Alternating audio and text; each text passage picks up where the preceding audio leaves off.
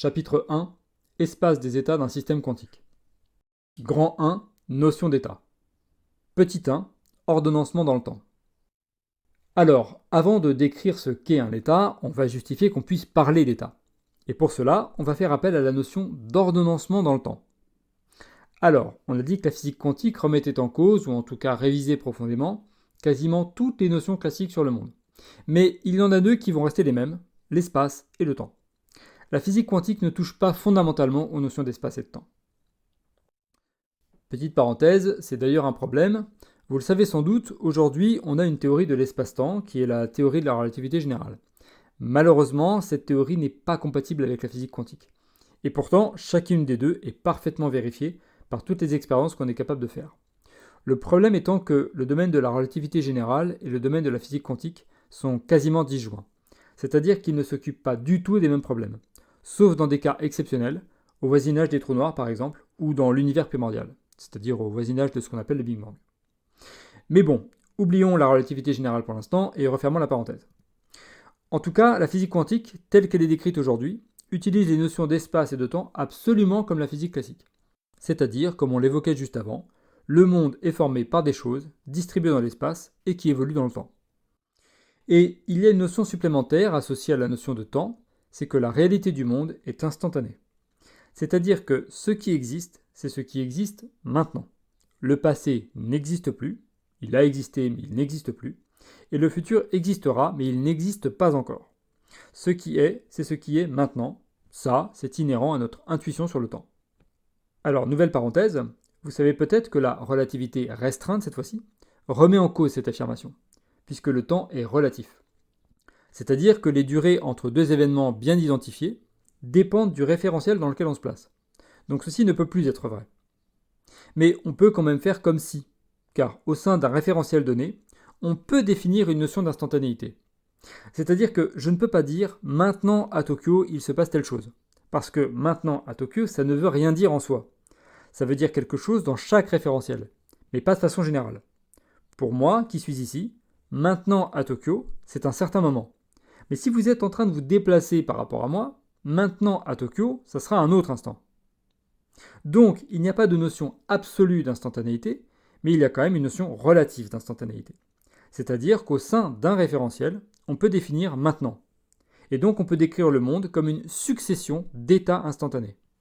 Il y a l'état maintenant, puis il y a l'état juste après, et ainsi de suite. Donc, avec la restriction qu'en relativité restreinte, ceci ne peut être fait que dans un référentiel particulier, n'importe lequel, mais il faut en choisir un, et à ce moment-là, la notion d'instantanéité est définie. Avec cette restriction-là, on peut néanmoins considérer que le monde est une succession d'états qui décrit toute la réalité physique. Et donc, en physique quantique, ça, c'est conservé. Alors, précisons bien que la physique quantique est parfaitement compatible avec la relativité restreinte. Ce n'est pas le problème. Mais l'affirmation « la réalité du monde est instantanée » est relative. Mais elle est vraie dans chaque référentiel. Donc, c'est effectivement comme ça qu'on décrit le monde. À chaque instant, l'univers est dans un état qui est l'état à l'instant t, et à l'instant t', il est dans l'état t'. Bien. Donc, ceci étant posé, on va pouvoir parler d'état. Et il y a vraiment un rôle particulier du temps qui réalise ce découpage entre chaque état, cet ordonnancement dans le temps de la réalité. Alors, ceci étant dit, on va maintenant parler de l'état instantané d'un système physique. Petit 2, état instantané d'un système. Alors, déjà, qu'appelle-t-on un système ? Tout simplement, on va considérer que c'est un élément ou un sous-élément de la réalité physique, que l'on peut isoler, en tout cas conceptuellement. Petit a, physique classique. Alors, comment distingue-t-on les états en physique classique ? Eh bien, par exemple, je prends un verre d'eau, ça c'est mon système. Il peut se trouver dans plusieurs états qui dépendent du volume, de la position, etc. Mais par exemple, je peux considérer l'état de température. Je vais avoir le même verre d'eau, avec le même volume, la même position dans l'espace, mais dans deux états différents, parce que le verre aura deux températures différentes. Donc, il y a une grandeur physique, ici la température, qui a une valeur qui n'est pas la même dans les différents états. Et si on y réfléchit bien, on ne voit pas bien comment on pourrait distinguer autrement les états en fait. A noter que quand on dit par exemple qu'on a une température de 20 degrés plutôt que de 30 degrés, ce n'est pas un nombre arbitraire. Ce nombre correspond à une propriété de l'eau dans le verre qui a une incidence sur la manière dont il va évoluer. Ça n'a pas forcément une incidence sur tout ce qu'il va faire. Par exemple, sa température ne va pas changer sa position. Par contre, d'être à 20 degrés ou à 30 degrés, ça va changer la manière dont un thermomètre va interagir, par exemple. Si vous mettez un thermomètre dans l'eau à 20 degrés, le mercure du thermomètre va monter jusqu'à la graduation 20. Et si c'était 30, ça irait jusqu'à 30. Et c'est donc bien parce que l'on mesure deux valeurs différentes de la même grandeur physique que l'on peut dire que le verre était dans deux états différents. Donc, chaque système a des caractéristiques propres. Et en fait, ce qu'il faut bien voir, c'est que vous avez entièrement défini l'état du système si vous connaissez la valeur de toutes les grandeurs physiques qui le concernent. Et on a ce qu'on appelle une correspondance biunivoque entre l'état d'un système et un ensemble de valeurs de grandeur physique. Donc biunivoque, ça veut juste dire qu'il fait correspondre un à un les éléments de deux ensembles. Donc là, au passage, on distingue bien deux choses. La nature d'un système physique, déterminée par l'ensemble des grandeurs qui ont un sens, qui sont pertinentes pour le système, et son état particulier à un instant t, qui vous est donné par les valeurs de ces grandeurs physiques. Du coup, en physique classique, ce n'est pas très intéressant de parler d'état, et on parle directement des valeurs des grandeurs physiques, puisqu'il y a justement cette équivalence. On ne va pas dire l'état de température de l'eau du verre est de 20 degrés. On va dire l'eau est à 20 degrés. Petit b, physique quantique.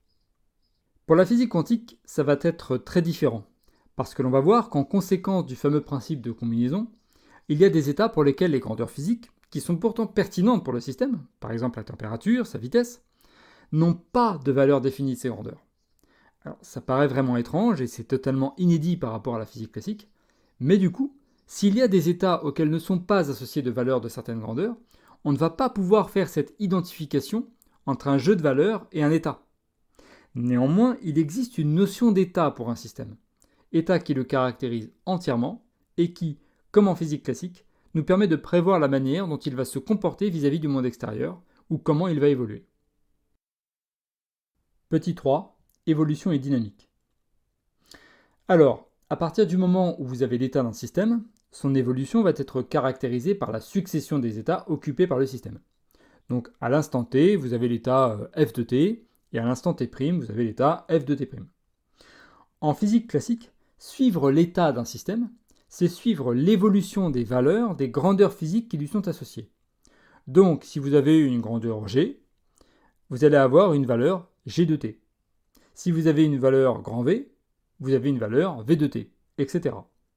L'évolution du système est donnée par une fonction ou un ensemble de fonctions correspondant aux grandeurs physiques à chaque instant. En physique quantique, ça ne sera pas le cas puisque certains états n'ont pas de valeur associée. Par contre, chaque système a un certain état E de t. Et donc, on va représenter l'évolution du système comme une trajectoire dans l'espace des états. Donc là, on pourra avoir l'impression que c'est une façon assez pédante et très abstraite de décrire les choses. Mais ça va être nécessaire, on va le voir. La dynamique qui va décrire l'évolution du système, c'est simplement des lois qui disent que si on est dans cet état-là, E de t, eh bien le suivant, c'est celui-là, E de t'. Les lois physiques vous disent, si vous êtes dans tel état, voilà le suivant. Donc si vous connaissez ces lois-là, eh bien vous savez tout sur l'évolution du système. Alors, pourquoi c'est si important de parler d'espace des états ? Eh bien parce que l'on va voir que cet espace, il a une structure bien caractéristique. Et cette structure va avoir des conséquences. En fait, on va être capable d'identifier d'une manière très générale une propriété fondamentale de l'espace des états de n'importe quel système quantique.